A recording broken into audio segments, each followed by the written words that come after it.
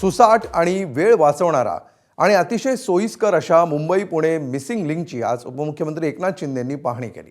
Missing लिंकमुळे टोलमध्ये अजिबात वाढ केली जाणार नाही अशी घोषणा एकनाथ शिंदेंनी केली आहे। त्यामुळे प्रवाशांना आणखी एक मोठा दिलासा मिळाला आहे। शिवाय बोगद्यामुळे अपघात होणार नाहीत असा दावाही शिंदेंनी यावेळी व्यक्त केला।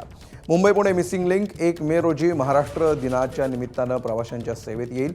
मुंबई पुणे प्रवास करताना खोपोली ते खंडाळ्यापर्यंतचा रस्ता धोकादायक वळणांचा आहे। अपघात आणि वाहतूक कोंडीमुळे अनेकदा प्रवाशांना मोठा मनस्ताप सहन करावा लागला आहे। यावर पर्याय म्हणून मिसिंग लिंक प्रकल्पाद्वारे लोणावळा आणि खंडाळा घाट वगळून थेट बोगदा तयार करण्यात आला आहे। त्यामुळे वाहतूक कोंडीतून प्रवाशांची सुटका होईल।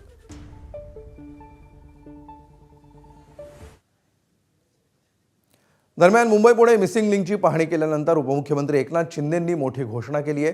मिसिंग लिंकमुळे टोल वाढणार नाही असं उपमुख्यमंत्र्यांनी म्हटलंय।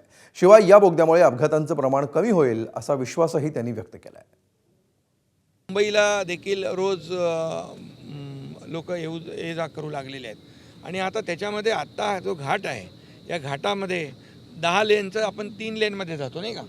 10 लेन आहेत त्याच्या 3 लेनमध्ये जातो। घाटामध्ये अडचण होते, तिथे वाहतूक कोंडी होते आणि अपघातही होतात। या मिसिंग लिंकमुळे हे सगळे अपघात बिलकुल शून्यावर येतील। मी पुन्हा एकदा सांगतो, या मिसिंग लिंकमुळे अपघात बिलकुल होणार नाहीत। नाही आता टोल तर आपण तिथे टोल नाका आहे, इथे काही आणि ह्याच्यामध्ये टोल या टनेलचा टोल वगैरे घेणार नाही आणि टोलच्या रकमेमध्येही वाढ होणार नाही।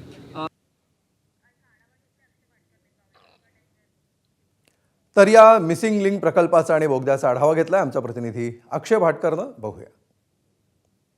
मुंबई पुणे दरम्यान असलेल्या टायगर व्हॅली जवळ आल्याच्या नंतर आपल्याला नेहमीच अचंबित व्हायला होतं, पण याच टायगर व्हॅलीच्या पोटातून आता एक रस्ता जाणार आहे, जो रस्ता मुंबई आणि पुण्यातलं अंतर अर्ध्या तासापेक्षा जास्तीच्या वेळाने कमी करणार आहे।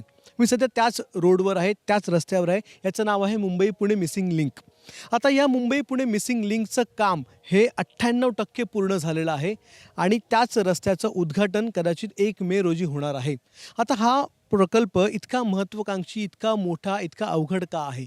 तर सुरुवातीलाच आपण ज्या वायडक्टवर उभे आहोत, ज्या ब्रिजवर उभे आहोत, तो ब्रिज हा केबल स्टेड ब्रिज आहे। या ब्रिजच्या बांधकामाच्या वेळी असंख्य अडचणी आलेल्या आहेत। हा जवळपास 180 मीटर उंच असा ब्रिज आहे।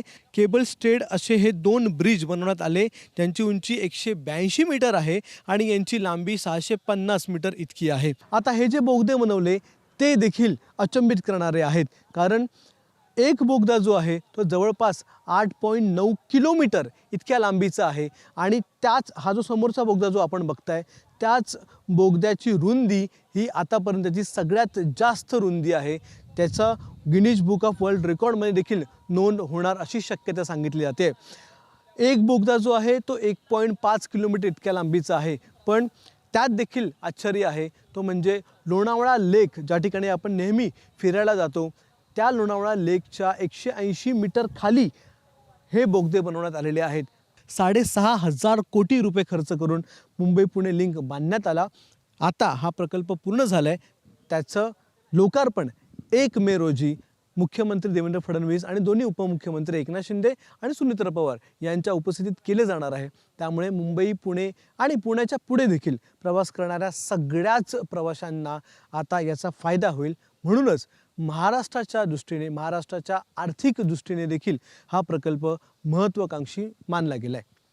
कॅमेरामन रोहितसह अक्षय भाटकर, एबीपी माझा, खोपोली।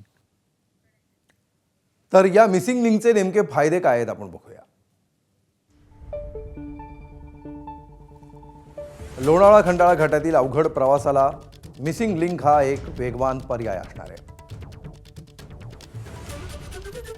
एक्सप्रेसवेवरील अंतर 6 किलोमीटरनं कमी होईल। प्रवासाचा वेळ 30 मिनिटांनी कमी होईल। 8 पदरी नियंत्रित मार्ग असल्यामुळे प्रवास सुसाट होणार। एबीपी माझा, उघडा डोळे बघा नीट।